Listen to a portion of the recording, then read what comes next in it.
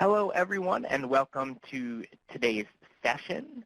This is session 2C, providing recovery supports for transition age youth in the intervening early track of HHRN's The Way Home, a virtual summit on homelessness, serious mental illness, and substance use disorders. My name is Zach Stewart, and I'm going to be the producer for today's event, and I'm just going to go over a couple quick housekeeping slides before we get going. The views, opinions, and content expressed in this presentation and discussion do not necessarily reflect the views, opinions, or policies for the Center for Mental Health Services or the Center for Substance Abuse Treatment, the Substance Abuse and Mental Health Services Administration, or the U.S. Department of Health and Human Services. With that, I'm going to pass things over to our moderator today, Carol Bianco-Miller from SAMHSA's Homeless and Housing Resource Network. Carol, are you with us? I am, and thank you, Zach, and thank you to all of you who have joined us for this session this afternoon, and welcome to those of you who are calling in or listening in from across the country. I'm just delighted to see that I recognize a number of names. I'm delighted to see that many of you have participated in throughout the, today and yesterday, and really very happy to see some familiar names, and looking forward to the interaction that we've been seeing so much of, and I'm sure we'll see today. We've got some really great presenters today. I'm excited to hear their presentations. I was very much part of helping them think through and target what their remarks will be about, but I still am very eager to hear what they have to say, because they each bring such different and such vital perspectives to this question of before us today, in engaging youth in excuse me, providing recovery supports for transition age youth. Certainly transition age youth, and reaching them and supporting and serving them in a way that really helps them before they cycle into long-term disability, long-term homelessness, long-term, all of the other concerns that we've been talking about for the last day and a half. Engaging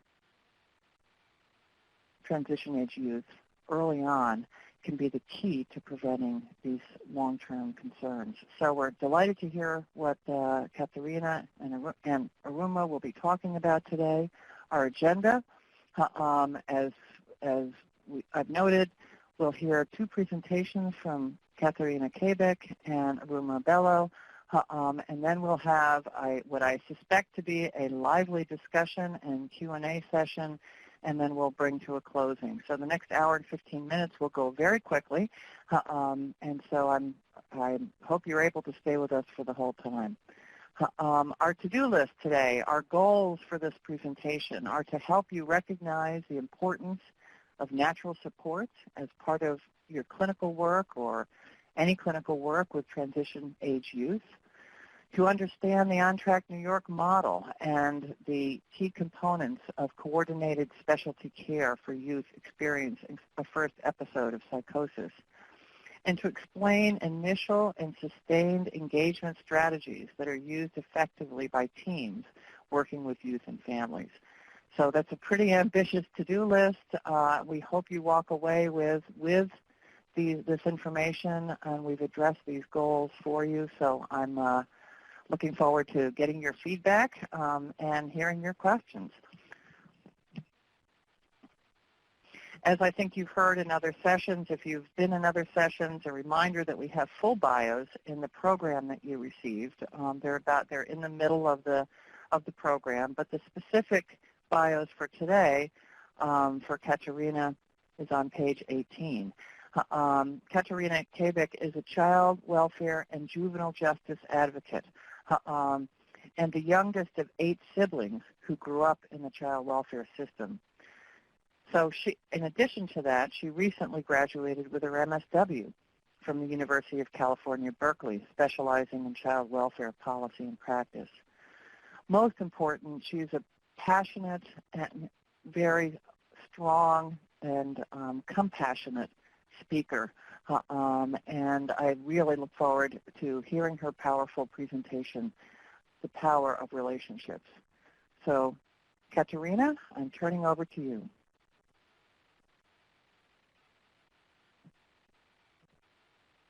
Hi, everyone. I'm really excited to be here with you today. And really, I'm just going to be focusing on how important relationships can be, both in the process of healing and in the process of like what we deem as success. So I'm having a little, here we go. So just to center myself, my personal experience with this is that I was in foster care myself from the age of 6 months to 18 years. I also spent time in the juvenile justice system, and from about 18 to the age of 22, I was homeless, receiving services from youth homeless services in the Bay Area. In terms of mental health, as some of you may know, foster youth tend to be overdiagnosed and over-medicated, and that was my experience as well. So I took a lot of psychotropic medications as a young child, and really just, I was living with a lot of trauma, and I had the opportunity through positive youth development work to think critically about these systems and do like policy work to transform them, and that was really a big change in my life.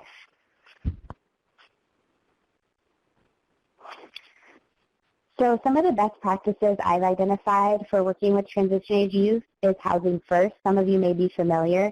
That's that there's no conditions to receiving shelter, right? So a young person can come and get shelter even if they're currently using substances, even if they're not receiving treatment for mental health needs yet. And this is really important because once you have the safe housing, then the other things can happen, and it's really hard to get those in place without your basic needs being met, right? Everyone deserves a meal and a place to stay. Mentorship support, I think particularly peer mentorship. If you do not have peer engagement programs in your practice, I encourage you to look into how to develop those. Like advisory boards can be a great place to start, and eventually hiring folks who received your services to give back is a great way. And strengths-based, of course, let's focus on what's going well and let's build that up.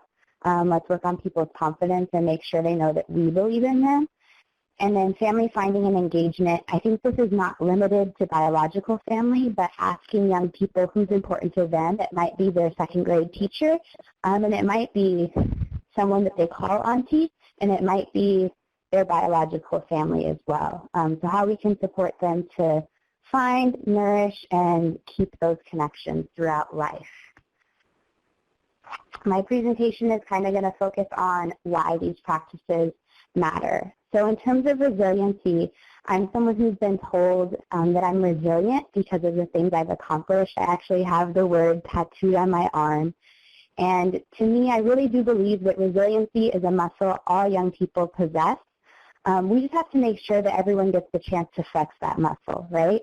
So it's not that, I think we talk about resilience a lot, and it's like some people are just inherently resilient, but I think it's a reflection of the people and programs that are in place sometimes, and that we have to just believe in that muscle and believe in young people's capacity throughout the whole process, right? This is really important to me.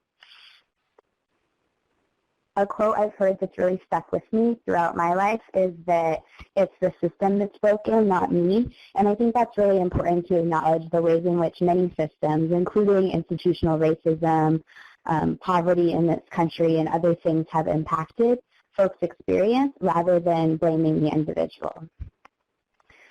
So on this slide, there's a picture of me with my siblings and nieces and nephews.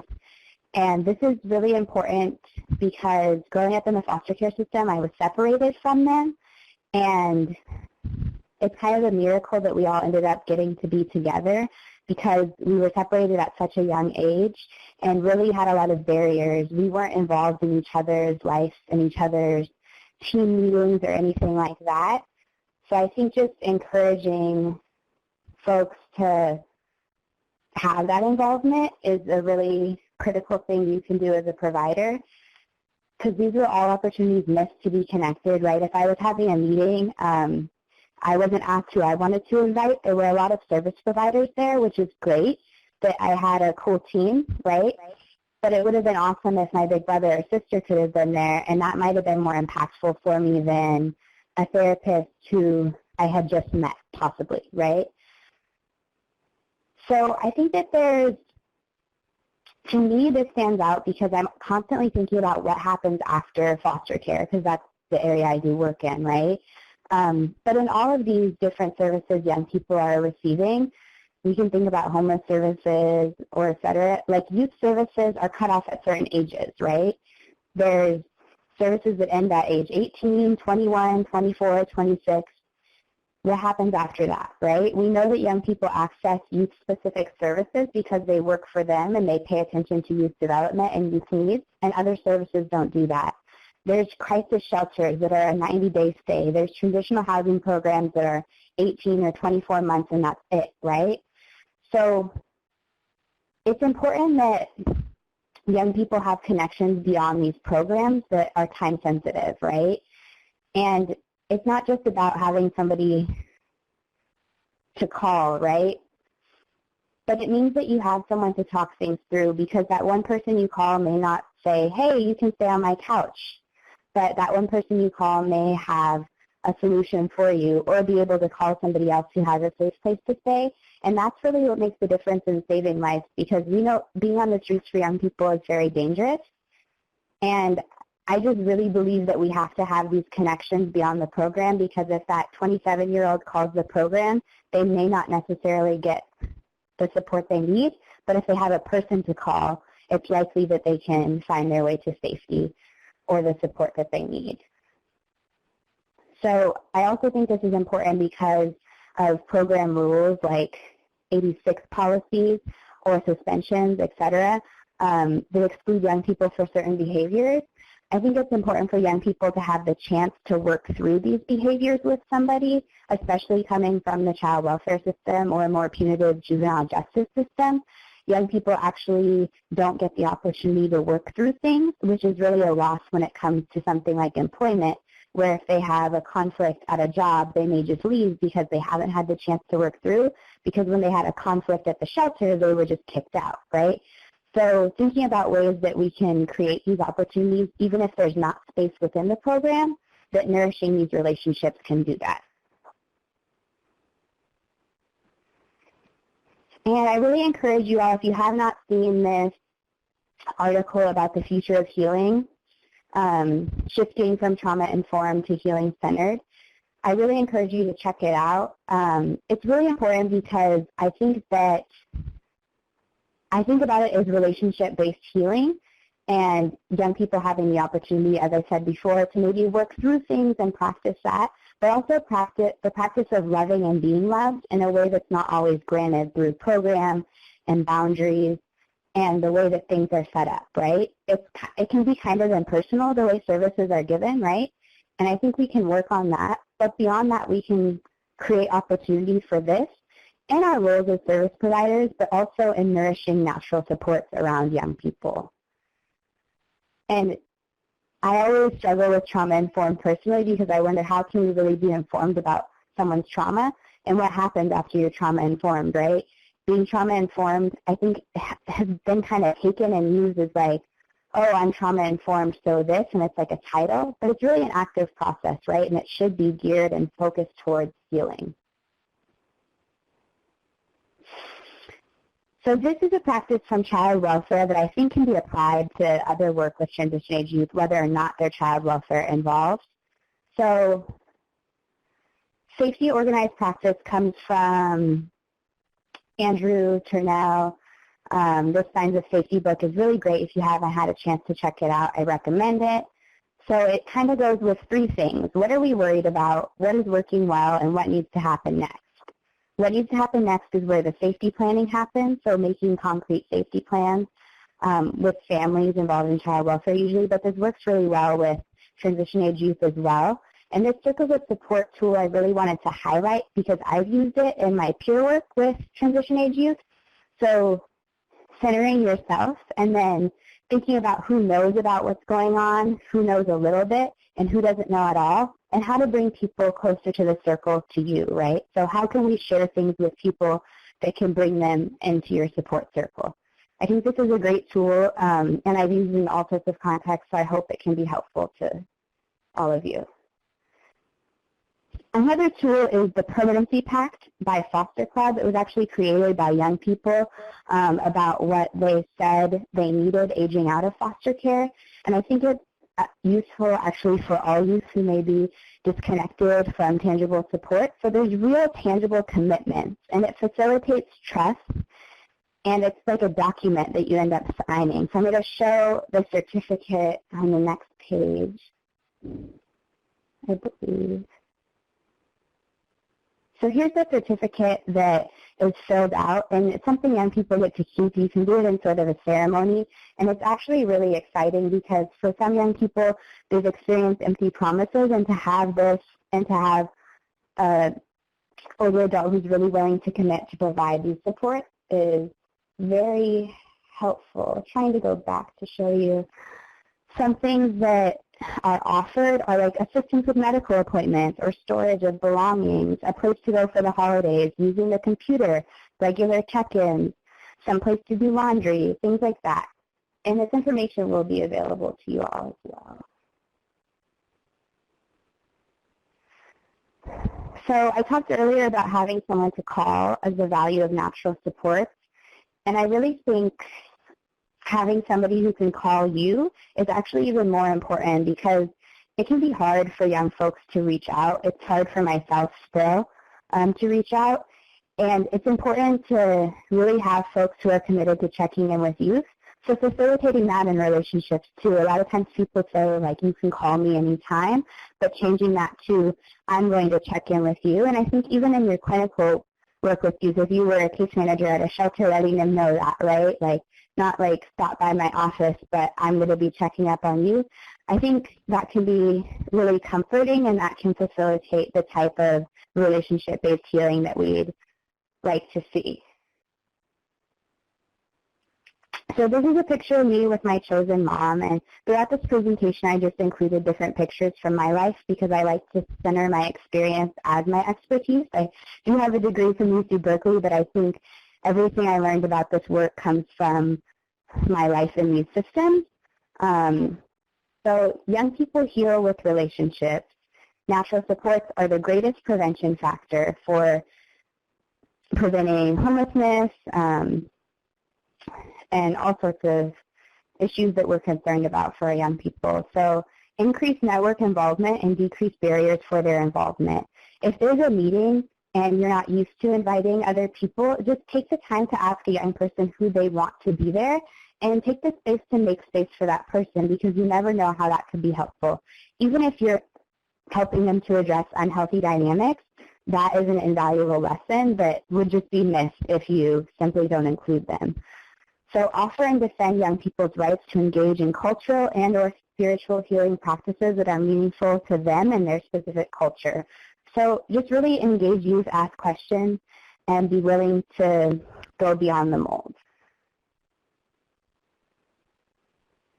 Here are some references. I have the Foster Club Permanency Pact here, the Andrew Turnell book, which I think is really helpful, and this Gainwright article about the future of healing.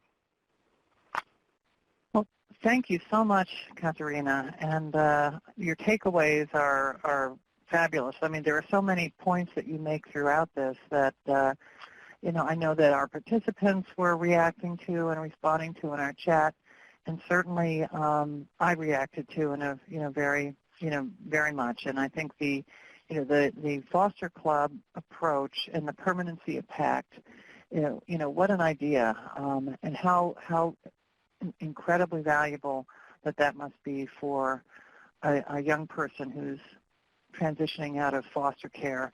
I think about my daughter and her friends as they were at that age and transitioning into adulthood, and how much our circle of support enabled that to work for them, and how essential that is for all of us. And so I think, I'm walking away with a lot of ideas, and I really appreciate your insights. I think the other real strong takeaway for me, and it resonates, I think, in just in all of our lives, that it's not just about having somebody to call, but somebody who will call you. And I think as all of us have gone through losses or transitions in our life, sometimes when people ask us, let me know what you need, well, sometimes we don't know how to answer that question. So to just have somebody call, even though we haven't asked them to, is so valuable. So thank you, and thank you for your sharing your experience. We'll have an opportunity to follow up with you in a little while with some questions from the audience. But now it's my pleasure to introduce Dr. Aruma Bello, who is the co-director and clinical training director for OnTrack New York and the assistant professor of psychology in psychiatry at Columbia University.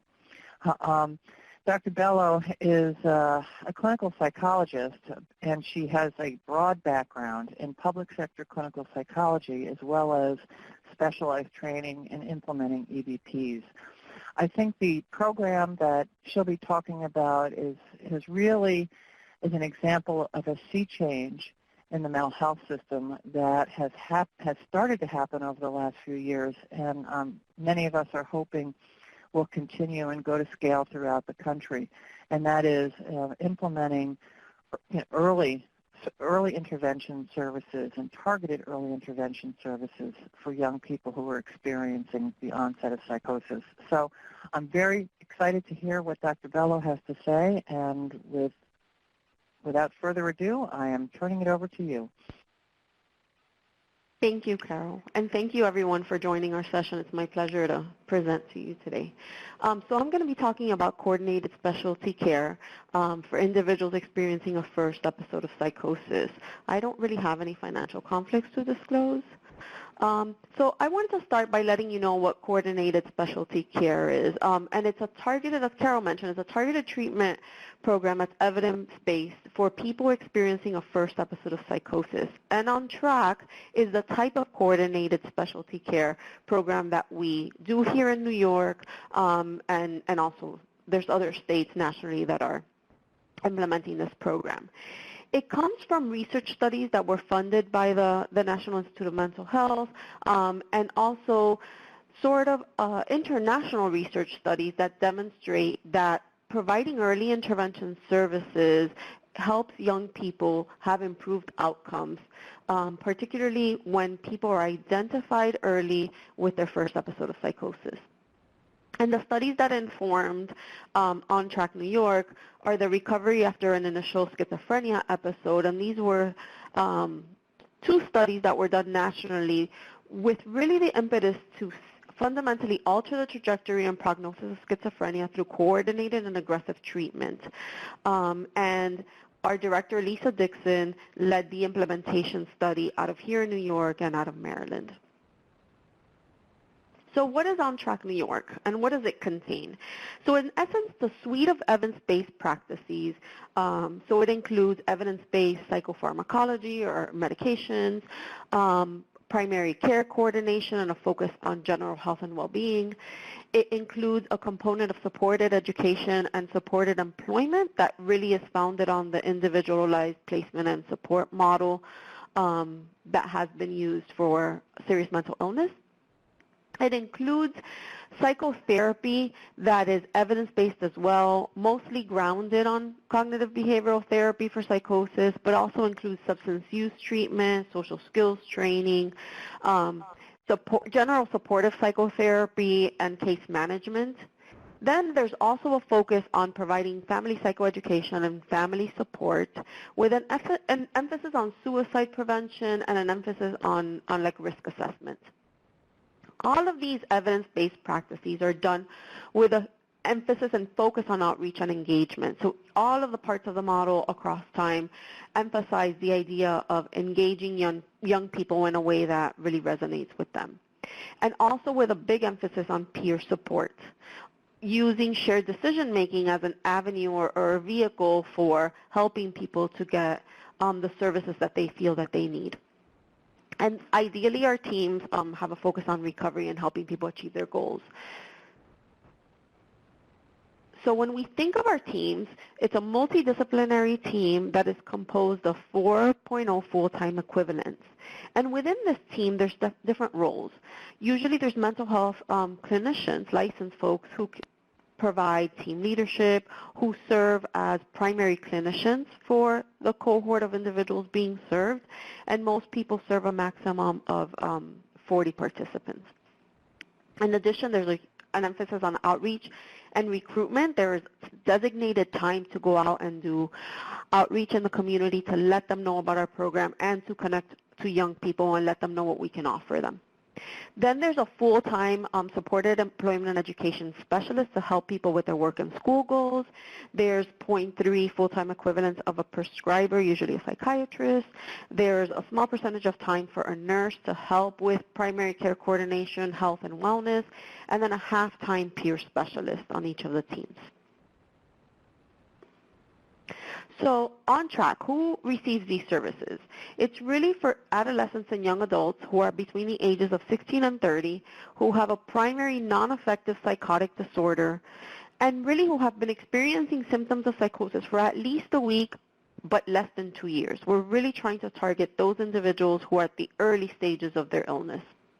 And for us, they have to be residents of New York State.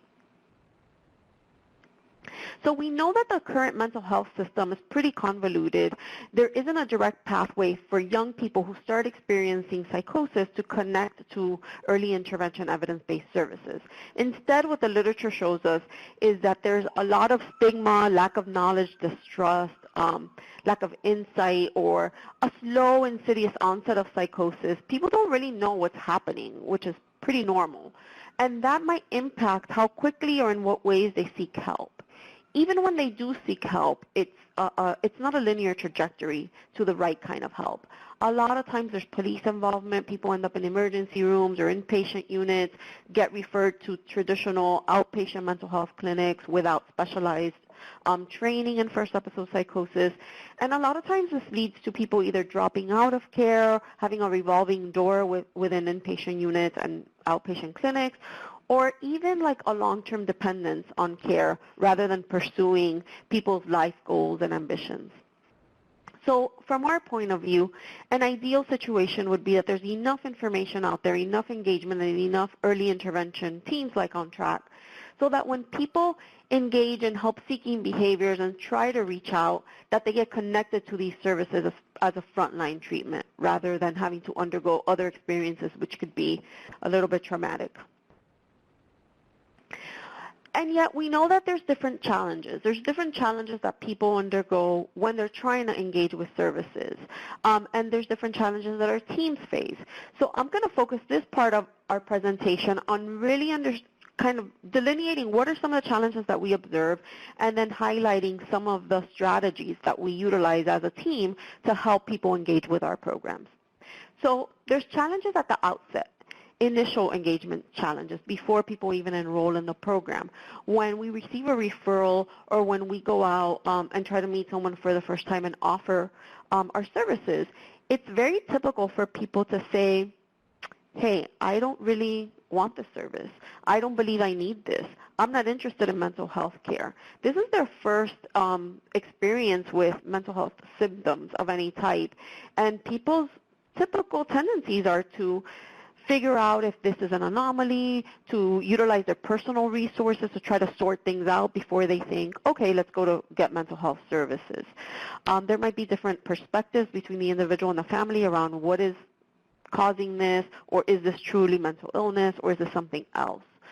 Then the other challenge is sustained engagement. Even after people enroll and agree to work with our teams, that doesn't mean that they're going to kind of adhere to what the team members might think would be helpful for that person.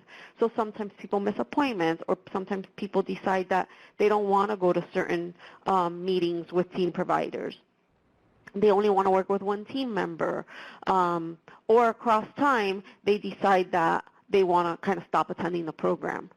So this is a very typical trajectory for what happens, and our teams have to be well equipped to address these types of challenges in order to sort of keep people in and keep people receiving the services that are helpful to them. So pre-enrollment and initial engagement. There are some strategies that our team use, and it's really important to understand that these strategies are not only for the participant or the young person experiencing some struggles, but also for the family, because a big proportion of our young people are living with families or get a ton of support from families. So the idea is that we have a rapid referral process. From the point where our teams get a referral, they need to respond to that referral within 24 hours. From the point that they determine that somebody is eligible, they need to admit that person into the program within a week. The idea is that they're very open and flexible to referral sources, that they can provide good first appointments and good warm handoffs from wherever the person is coming from, whether it's the community, whether it's the inpatient unit, to the team and to the other team members. The other thing to keep in mind is we try to use assessments that are culturally competent and sensitive. So rather than coming in and asking a ton of questions to determine if somebody meets eligibility for our program, our providers really focus on understanding the young person, understanding the family, understanding their worldview, where they come from, and what would they find helpful. What do they think would help them not only benefit from our services, but just have an easier time dealing with this crisis that now everybody is getting affected by. Furthermore, a lot of our teams are trying to house themselves in youth-friendly spaces and spaces that are welcoming and less scary, and being really flexible about the meeting place. It isn't uncommon that our teams actually go out for those first appointments to get to know people, to people's homes, to places in the community, to that inpatient unit, or somewhere else that makes it more readily accessible, so that we're meeting people really where they're at when they first come to seek services. So some things that our team members really take into account is considering opportunities for early engagement with family and using shared decision-making. From the outset, just because someone we think would benefit from the program, there isn't an assumption that we're going to enroll them. It's almost like these are the choices that you have. This is one possibility. This is why we think it would be a good possibility. But what are your preferences? What do you want? And then really exploring what they've tried in the past, what has gotten in the way, and how can we be different? How can we really give them what they think that they need, and really helping people understand that nothing in our program is mandatory, so they can make some decisions around what they engage with. Also, linking the participant to different team members. So for some people, it's the peer specialist that they want to really engage with. For other people, it's working on school and work related goals. So in that sense, we're being really recovery-oriented and person-centered so that the individual can feel empowered from the beginning. After enrollment, there's also some other strategies that people can use in our teams. At the front end, asking for collateral contact. So if team members cannot locate the individual, there's other people that they can contact and try to use those as sources of engagement. And from the outset, assessing basic barriers. Are there barriers of time, of transportation, going to school, having a job, issues with medication, so that the team can be responsive from the beginning, and like I said, being flexible as to where the sessions happen. The other piece that we really kind of lay out from the beginning is the flexibility regarding services provided across time. Just because someone wants to take meds in the beginning doesn't mean that they have to agree to taking medications the whole time in order to be in our program. Continuing to always explore family engagement or opportunities for school and work, and sometimes just kind of sitting with people and being with them. These are some of the characteristics. As you can see, our programs in New York are very diverse in who they serve. The mean age is 21. There's ethnic diversity. There's diversity in terms of insurance. We try to serve everyone irrespective of whether they have insurance or not. 83% live with families, 5% are homeless, and we're really catching people at the early stages. Since the time of onset, they enroll in our programs within 7 months. Most of our referrals still continue to come from inpatient units, but we're also seeing that some referrals are coming from families, from outpatient clinics, and the more that the word gets out there, the more that we see different referral sources. And then these are our engagement rates. Most people stay with our program for a good amount of time, especially considering this population. So we see that people at 12 months, we continue to see 72% of our people. And some of the times the reason people disengage is not necessarily because they leave the program for bad reasons. It could be good reasons. They're doing really well. They're going to college somewhere else. And in that sense, they might stop before the 2 years. We really are good about helping people stay out of the hospital. This is one of our outcomes. People come in, 60% of them or thereabouts have had one hospitalization, 27% have had 2 or more hospitalizations. By the time that they're in our program for 3 months and forward, those percentages really decrease to 10%. Similarly, we're pretty good about helping people go obtain competitive employment and education and reach those goals. At the outset of program, 40% of people are in work and school. By the ending, we're seeing like 70% really engaged in work and school. Through our program, we've been able, we deliver a lot of technical assistance, our team does, and we've developed a lot of resources for our teams, and these are publicly accessible in our website. So here are some videos that some of the young people that have undergone OnTrack New York have recorded for us, and we try to share these with the community. It can be pretty empowering. And then these are just some of the references for my presentation. But I did want to point people to some resources. In the OnTrack New York website, we have materials, we have all of our manuals, we have, as I mentioned, videos, and different tools that are publicly available for people trying to do first episode psychosis coordinated specialty care work. And irrespective of whether people are receiving technical assistance from us or not, they can access these materials to help inform their work. Then there's also PEPNet, which is a national sort of organization that's collaborating and putting together resources. And there's a website where you can go in and you can find and identify different programs that people have established nationally, because now nationally there's first episode psychosis coordinated specialty care programs available. So if you're trying to see if there's somewhere available in a certain region, you can go to PEPNet and there's a directory. So I think that's it for me. I really appreciate this opportunity to present on OnTrack New York, and feel free to reach out if there's further questions. Well, thank you so much. And I think we are going to break for a little bit here, not take a break from the session, but before we answer some questions from participants, I know that Katerina and Aruma, when we were doing our planning, thought that they would like to have the opportunity to ask each other questions from their different perspectives. And so I'm going to, open up for Katerina for you to, respond to or have, pose questions to Aruma. Well, thank you so much for your presentation. I really love the model, and I'm excited to see it expand more.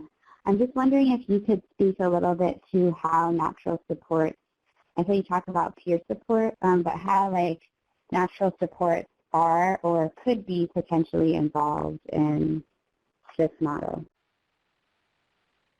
Sure. So for our model, I mean, we use the term families, but it's a broad term that encompasses anybody who the person finds important, supportive, and who they want to involve in treatment. So we have a very broad definition of that.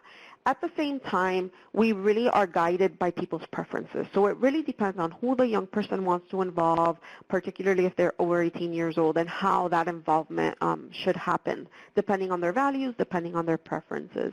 And the idea is that we know traditionally in mental health services, there's been this, for adults particularly, there's been a siloing out of families being left out, and yet young people live with supports. Because developmentally at that age, very few young people are completely independent. So our model really helps to break down some of those barriers. We provide different opportunities for family involvement. Our clinicians really make an effort, and really the whole team makes an effort to promote family involvement across time. They are able to provide psychoeducation in a very individualized way through family sessions or through consultation sessions individually with family members or identified natural support. They are very much encouraged to become very familiar with the family dynamics and the family structure so that they can be effective in helping everyone get through. As we know, a first episode of psychosis really impacts everyone. It doesn't just impact the person experiencing the psychosis. So making themselves available to family members, whether it's on the phone, whether it's having office hours outside of traditional work time so families can access the team, making sure that every team member is able to have access to the families, so not having the family only have access, for example, to the clinician. And then furthermore, they run multifamily groups, monthly multifamily groups, where families can come and support each other, get some psychoeducation, and talk about some of the challenges and share some of the wisdom that they've gained. So that's in general. And then as you mentioned, Katerina, there's also the peer specialist piece, and that's a newer piece. We've only had peers for about 3 years, so it's a piece we're developing. But there is this notion around how do we enhance the peer role. Now each team has funding for half-time peer specialists to really connect with participants and also to help shift the culture of the team in helping to embrace sort of that peer support piece. Thank you. I actually have a follow-up and related question, I think, on this topic of natural supports in OnTrack. And how often are the participants able to engage their friends? I know, for older adolescents and young adults, friends are really their lifelines. They're most engaged with, if they have friends, they're most engaged with their, and influenced by their friends. Are they welcome? Are they included in any way, or what's the focus of the team? Yeah. How inclusive is the team? Yeah, I think that's such an important piece of the work, and I think it really depends on what the young person wants. If the young person wants to involve their friends, wants to involve their significant other, we've seen that, and they're more than welcome. It's kind of an open forum for involving whoever they think is important in their life. For most of our young people, it is family, but there are some where it is, friends, girlfriends, boyfriends, etc. And the team will kind of work with whoever the young person identifies as important and wanting them to be involved.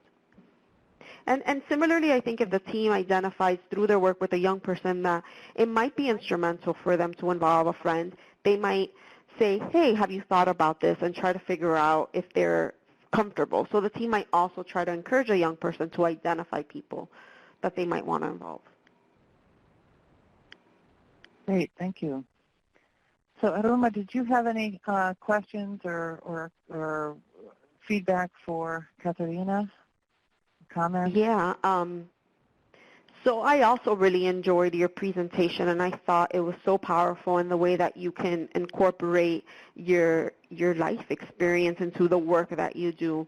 And I think what I would love to hear more about is, given OnTrack and the peer role in OnTrack, and we're always trying to think of ways to enhance the work that peers are doing, what advice would you give to peer specialists working in our treatment program as ways that they can really connect or engage with our young people?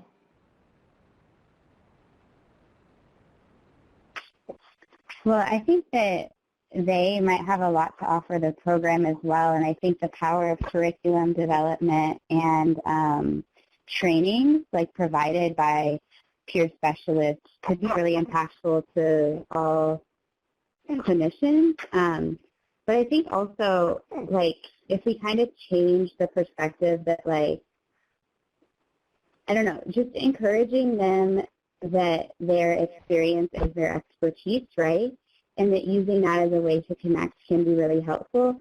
Not because everyone has the same experience, right? But because it can make people feel safe enough to connect, right? And give them an opportunity to learn from other folks' experience, right? So I think just like emphasizing. We seem to have lost Katerina. Are you still there? Okay, so I think while Zach works on reconnecting Katerina, we'll maybe shift to some questions that have come in for Aruma.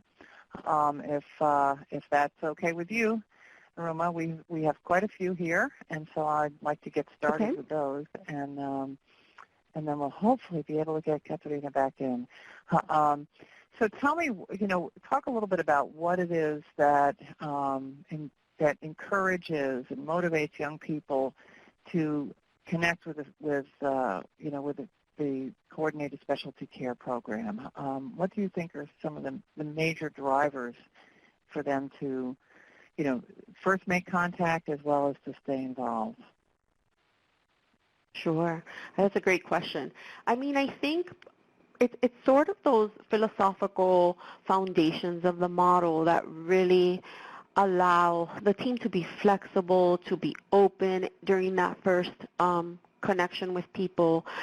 A lot of times young people go to mental health services and they get this message, even from the most well-intentioned providers. We have therapy every week and you need to come, or you have to take these meds. This is what's going to keep you out of the hospital. And our teams really do a good job of those not being the messages that they deliver. Instead, what they focus on is, what do you think would be helpful to you? Irrespective of whether someone wants to take medications or not, they're accepted into the team. It doesn't become this sort of requirement. We really focus on people's goals. From the beginning, our marketing materials are to help people with their work, school, and social relationships. So there's this whole idea around how do we get people to connect with us around what's important to them and keeping the focus during the sessions when they're meeting with the team around what's important to them. And that requires flexibility. It might mean that they don't meet with the prescriber as often. It might mean that they meet with the supported education and employment specialist who's getting them out there connected to job possibilities or connecting them to how to re-enroll back in school and some of those things. And by being able to be flexible and really attuned to people's goals, I think they feel more comfortable sort of engaging with the team. And little by little, that rapport continues to build. The flexibility, I think, also allows the team to provide more intense services when needed, but then also to scale it back when people are ready to be more independent, which is a huge part of being young and trying to sort of understand what your own potential is and what you want to try out in the world.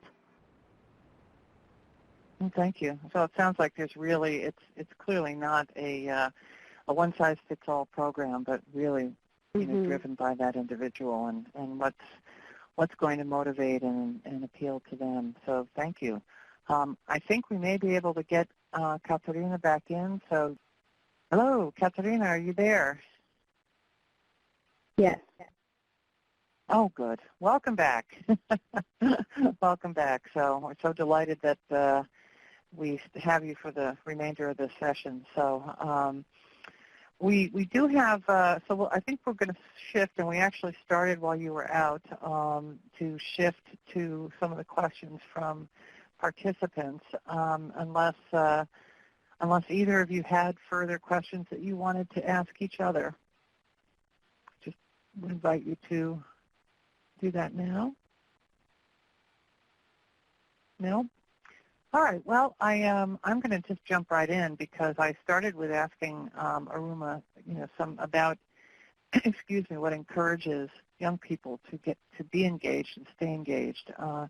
And so, Katerina, there was a lot of interest in the Permanency Pact. Several people asked, how they could learn more about the Foster Club, which I think is very is part of this, or the Permanency Pact, is, from what I understand, was part of the Foster Club. And I think there's some interest in using that. I know that it was implemented initially for youth transitioning from foster care, but what I think I'm seeing from people asking this question is some interest in adopting it in other settings. And I'm wondering about what your thoughts are about how that might be done and any guidance to people who'd like to incorporate that into their practice. Absolutely. As I said, I think it would be really useful for youth. I could see it used in homeless youth services or mental health services, anywhere that youth just could use some support in developing those connections. And you could even adapt the document for the youth. There's actually blank spaces where you can add your own things, but you could just kind of use the model and adapt your own. Like, I saw people ask me about single parents as well, and I think making some sort of similar agreement for how to support single parents would be really great, like using that as a model and then seeing what folks actually need and how to incorporate that and like personalize it is critical. All right. Well, thank you. One of the questions came up, Aruma, about young people in the program that also have substance use disorders or addictions, and wondering how you work with people with co-occurring disorders. And I think it's probably safe to assume that, a significant portion of young people have a co-occurring disorder based on some of the data we heard earlier today. Yeah, we definitely work with people with co-occurring disorders. I think our criteria, because we're trying to keep it really towards first episode psychosis, if it is a substance-induced psychotic disorder, our teams will not accept the person into the program. So I just want to put that caveat. That being said, most of our young people, at least 50% I would say, use marijuana. And the idea is that we are using a model that incorporates harm reduction, motivational interviewing, and all of these strategies that we know that could be helpful. And we try to deliver that piece of the model in a very flexible way that is attuned to people's psychosis as well as the substance use. We know from the first episode psychosis literature that a good proportion of people that experience psychosis and use marijuana after undergoing treatment for psychosis, not even targeted treatment for substances, they stop using the marijuana on their own. So the focus of our treatment is definitely first and foremost on the psychosis, and then depending on how much people want to work on their substance use and their stage of change, then that's how we start incorporating that. But it's a challenge, I would say, and for people who use multiple substances and use things in a more severe way or in a more intense way, it's challenging for our providers. They do it, but it's hard. Mm-hmm. Have you had or would you be able to work with somebody who also was on Medicaid-assisted treatment for opioid use disorders? I think if the opioid use disorder is primary, they would not qualify, and we're not seeing that for most of our young people. That's not what we're seeing, and I'm not sure why, but mostly what we're seeing, I would say, is marijuana. So I don't think our teams have a ton of experience with that. I think if it's comorbid and it's something that's more stable, then yes, they could work with that person. But I think usually with people that are using opioids or using other types of drugs that are more intense, usually they would need a treatment that's more primarily focused on the substance use rather than on the psychosis. So Katerina, are you can you talk more about how your approach and how the power of relationships? Can you talk about more about how to incorporate that into the clinical setting, into clinical practice? How can your ideas complement and influence or impact the therapeutic relationship? Yeah, I mean, I think I talked a little bit about including folks in meetings, so asking who you'd like to be there, which it sounds like Aruma is doing in that model. So I think, like, you could look to that, right? Like, just asking young people, like, would you like a significant other there? Because maybe they wouldn't, right? But maybe they would, and maybe that would make all the difference in them actually being able to engage rather than feeling like it's a team against them.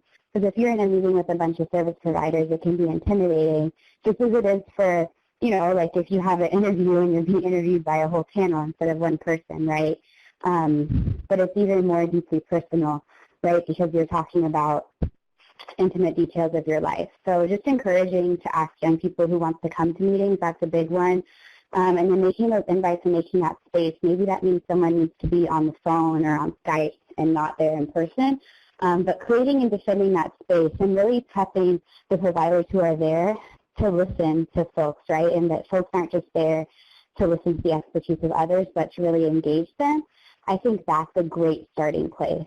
And then also having peer supports as a way to really continue to engage that, so the peer supports can be there to make sure that young people are engaged and getting to invite who's important to them. I think those are two great key points. Well, thank you.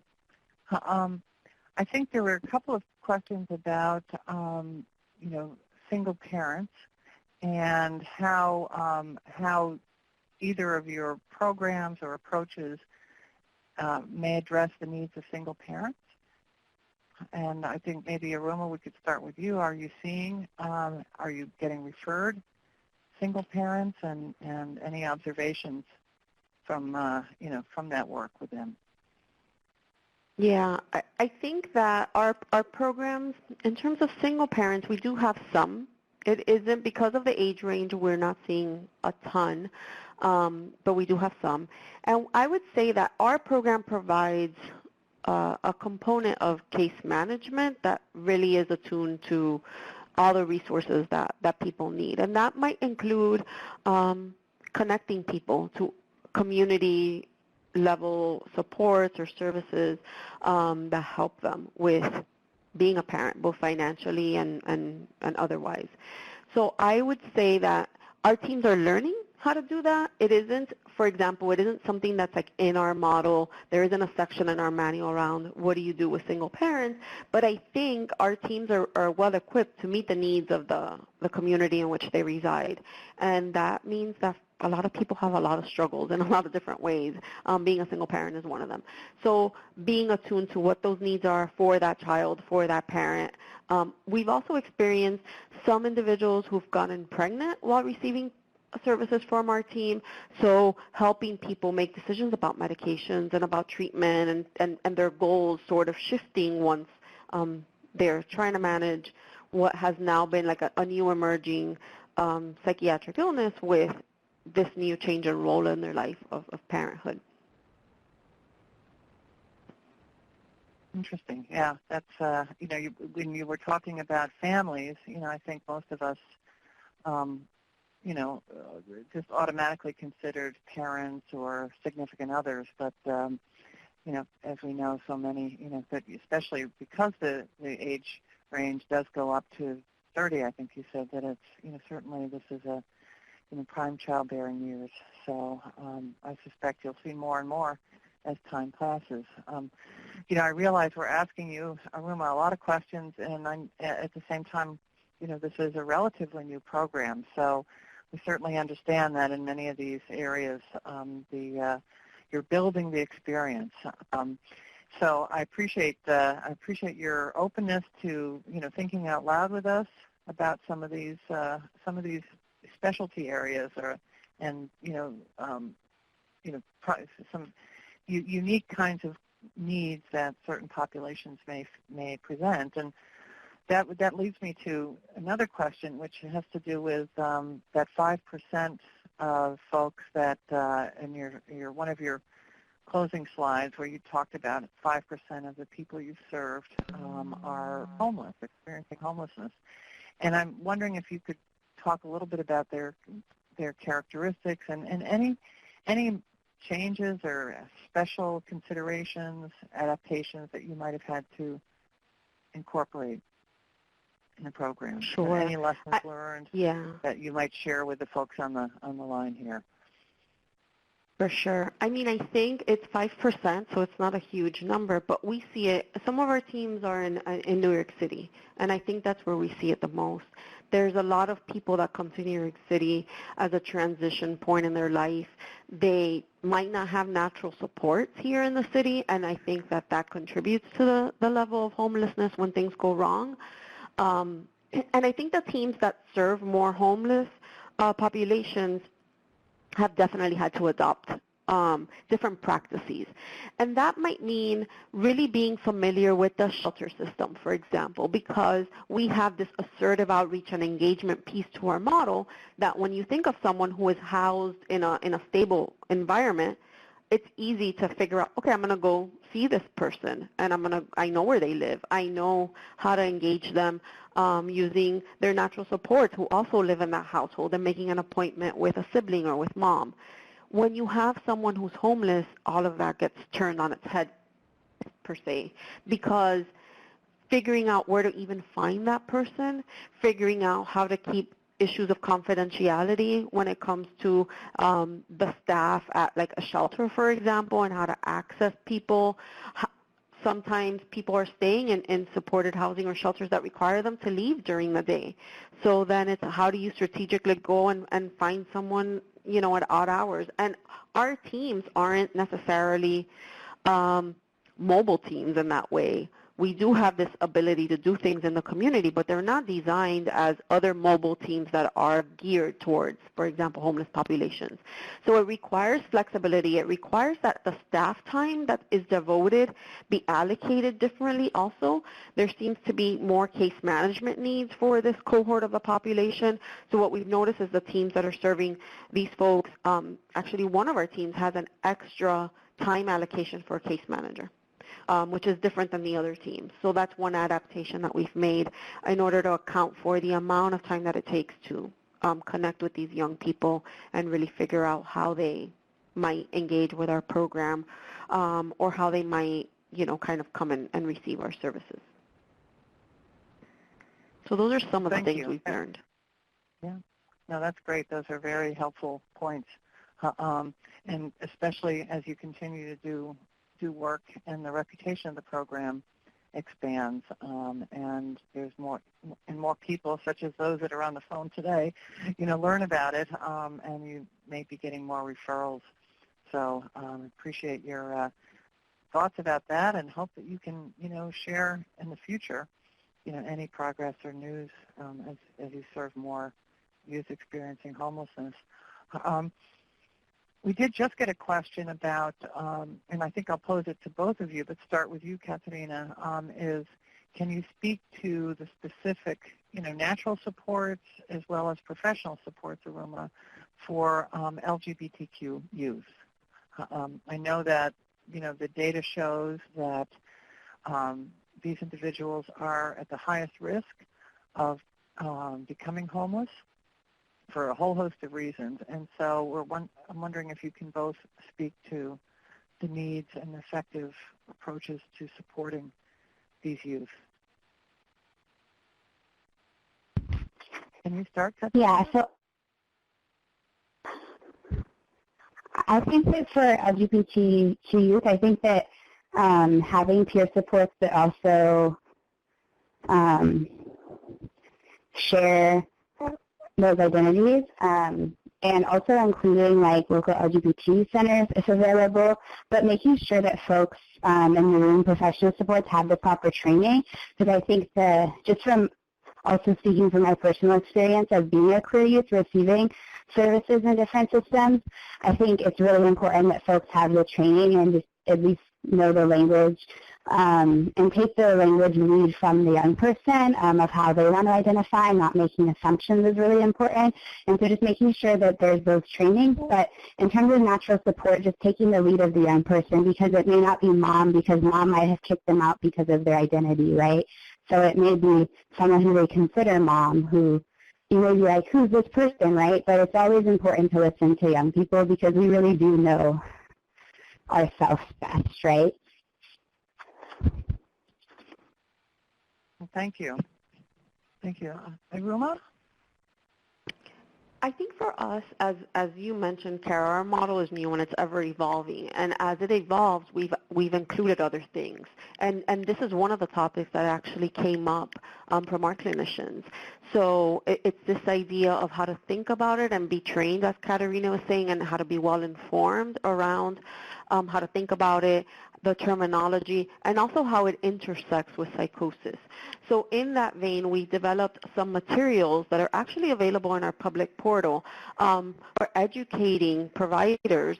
There are these modules around LGBTQ, the basics of it, how to address it, how to be sensitive to it, how to be informed, and then it progresses to working with youth that have psychosis and these issues and how to think about it and some of the things you might want to consider. So totally in agreement with what Katerina was saying in terms of helping people become really trained and aware of what the issues are, what are the things to be mindful of. So we developed those materials based on what the feedback that we got from our teams. Well, thank you. And I think there was a general question to both of you, and I'm wondering if either of you are familiar with host homes and the host home model. And I'm not familiar with it, so I'm curious to learn a little bit more about it. But are either of you familiar with it? And if so, would this be a viable housing option for transition-age youth? Unfortunately, I'm not familiar with it either, so I can't really speak to that.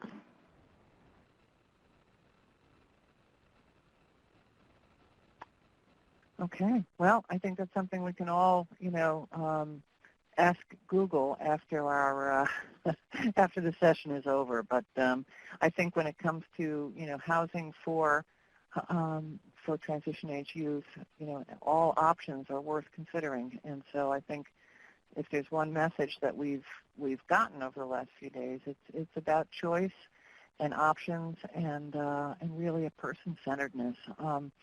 So let me see. There's another question around the for you, Aruma, having to do with medications, and wondering about how do you work with someone who does not want to take medications, and sort of a separate but related question, there's a significant portion of individuals that don't, with schizophrenia or other psychotic disorders, that don't respond to medication. How do you work with individuals around this medication issue, which is, certainly a big part of treatment for many, but is a challenging aspect for many others? Sure. I mean, that's a great question and is a very common thing that our teams encounter.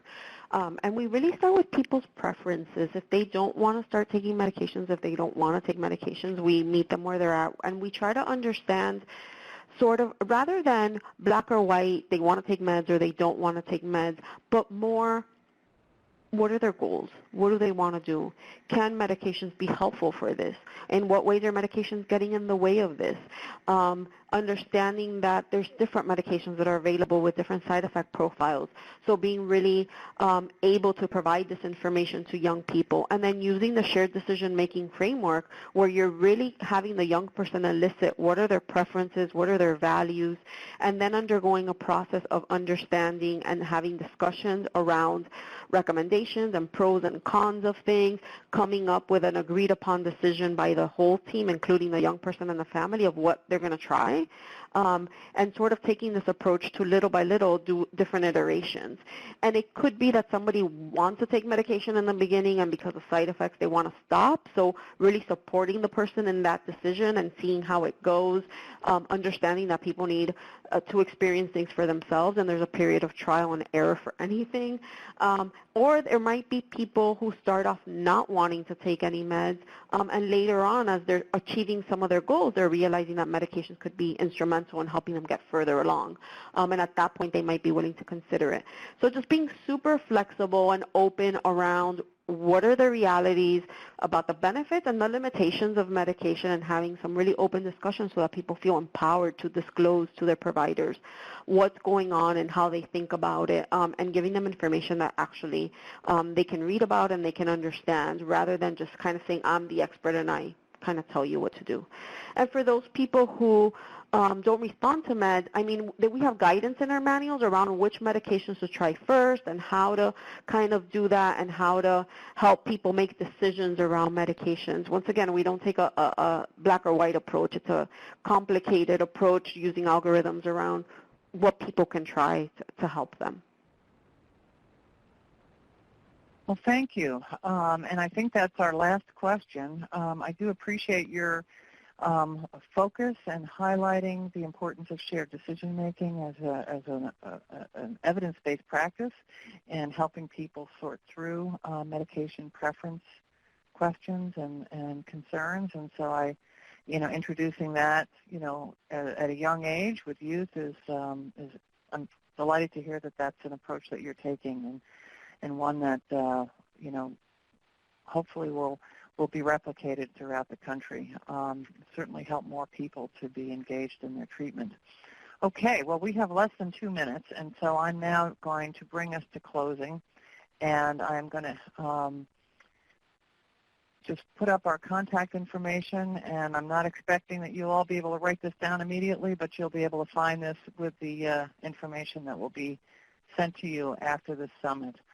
But if you could, just before we wrap up, if you could type in the chat box and tell us what is one thing that you'll take away from this session that will, again, really help us in future planning and targeting the kind of, training and technical assistance opportunities that we offer.